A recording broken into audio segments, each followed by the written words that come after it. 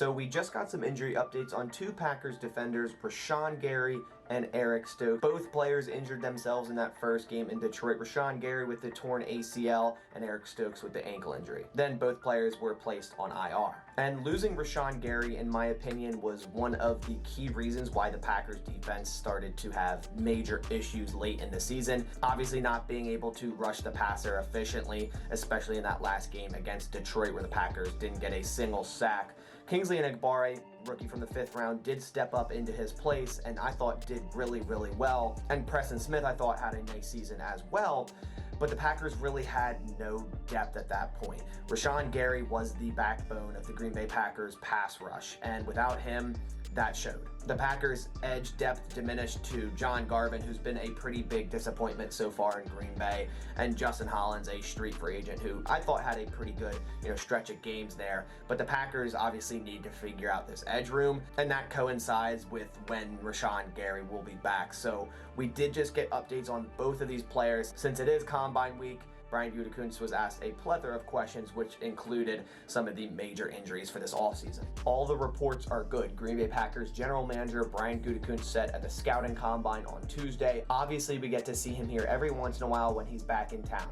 As you guys know, Rashan, he's going to attack this thing like he plays. He feels really good, feels confident. According to a source, Gary is progressing well and is ahead of schedule. His goal is to be ready by opening day. He's anxious to get back out in the field and help his team advance to a championship. So that's really promising news to hear Gary wants to at least be ready for opening day. I don't think this changes the Packers draft strategy. I still think they need to add an edge player in the draft early. I think the Packers, even if they have Rashan Gary on opening day, could definitely use another guy in that room. Preston Smith obviously is going to be on this team for the next few years due to the restructure they just had with him. Kingsley Enagbare, like I said, a really promising rookie. I loved that draft pick last year in the 5th round. I thought that was a steal. I thought he was more of like a 2nd or 3rd round player, which is proving to be more and more true as we saw last year. And then obviously with Rashan Gary in the building, once he's fully healthy, adding another guy in the first, say 3 rounds, I think would really bolster that edge front. And obviously every ACL injury is different for every single player. It's wishful thinking that Rashan Gary is going to be 100% for week 1. We've gone through it so much as Packers fans with the David Bakhtiari torn ACL last year, the Elton Jenkins ACL, which he came back, sooner than we all expected, which is good. But like I said, every ACL is different. Chase Young tore his ACL last year and didn't see return to action for 11 and a half months. And Rashan Gary's also looking to make a big payday. He is due for a contract extension. Actually, one of the ways the Packers could clear more salary cap space is by extending Rashan Gary, kind of lowering this year's cap hit. And he deserves it. Rashan Gary, I think, is going to be and is one of the best pass rushers in the NFL.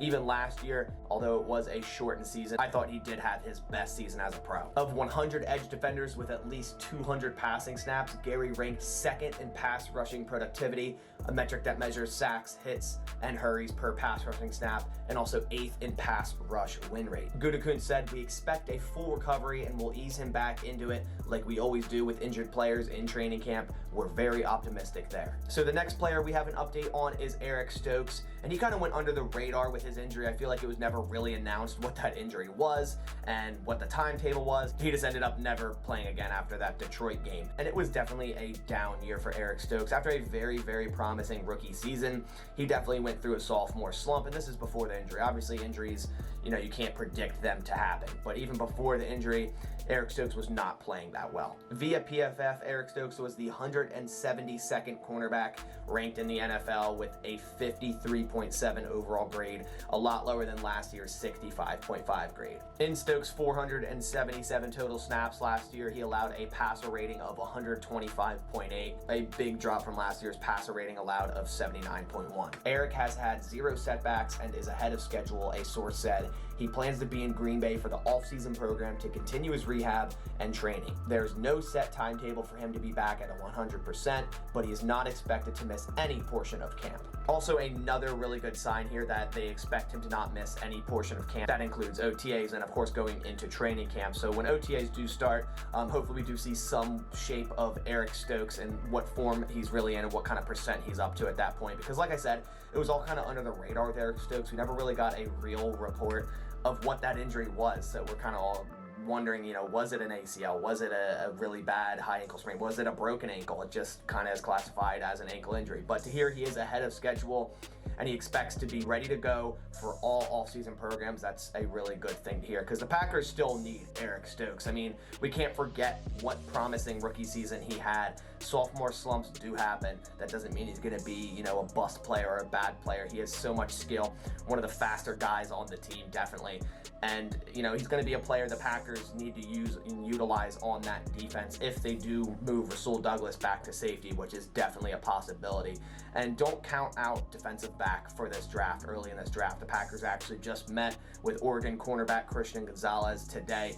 So for the Packers to go out and draft, say, a cornerback or just a defensive back in general early in this draft, I think is a real possibility. But at least with Eric Stokes, if he does come back for all portions of the offseason, he'll get a good start on rebuilding what he built on from that rookie season. There's also a little bit of an update on David Bakhtiari. Obviously, the past 2 seasons, we've been worrying about David Bakhtiari's knee every single offseason, and finally, that's not the case this year. Meanwhile, Gutekunst is as bullish on left tackle David Bakhtiari's career as Bakhtiari himself. Speaking after the season, Bakhtiari said he was eager to spend the offseason training for football rather than rehabbing his 3 times repaired knee. Releasing Bakhtiari to create additional cap space is not a consideration. Rather, after not giving up a single sack in 11 starts, he'll be a building block of what the Packers hope will be a healthy and powerful offensive line. Certainly, when he's in there, we're a top-notch unit, and having him out there was really important for us, Gutekunst said. Him getting into rhythm and flow of how to get through the week and really to be able to perform at his highest level on Sundays was really important for us. I think we're over that hump, and he kind of has an idea of what he needs to do week to week to get out there and perform at that level. When he's playing like that, it's just kind of a trickle-down effect, and I think the whole unit as a whole played really, really well in the second half of the season. So there is 100% chance that David Bakhtiari is on this roster for 2023. I know a lot of people were saying, okay, they could still trade him, they could cut him to save a lot of that money. He does have a big cap hit. But Gutekunst has come out and said multiple times, we're going to be restructuring his contract. He is going to be on this team for 2023. He's our anchor on that offensive line, which is true. When David Bakhtiari was playing last year, which later in the season he had a really good record, he didn't really miss anything. He was one of the best left tackles in the NFL yet again, not giving up a single sack in those 11 games. And obviously, whether it's Aaron Rodgers or Jordan Love, you need a good left tackle to protect your quarterback's blind side. And that guy is David Bakhtiari. So those are the offseason injury updates I have for you today. Really good news on Eric Stokes and even Rashan Gary. Seems like both of these guys are ahead of schedule. Like I said, still got a lot of time to go for Rashan Gary's ACL. It's such a hard, injury to recover from, but it does seem like Eric Stokes is ready to go for all of training camp, and it finally seems like we're over the whole knee issue with David Bakhtiari, and he'll be the full-time 17-game left tackle we're used to seeing. But that about does it for this video. If you guys are new here and want more Packers news, analysis, and updates every single day, I'd really appreciate it if you went down and clicked that subscribe button. Also, leave a like on the video, turn on post notifications so you don't miss any of this news. But I'll catch you on the next one. Thanks for watching, and as always, go Pack Go.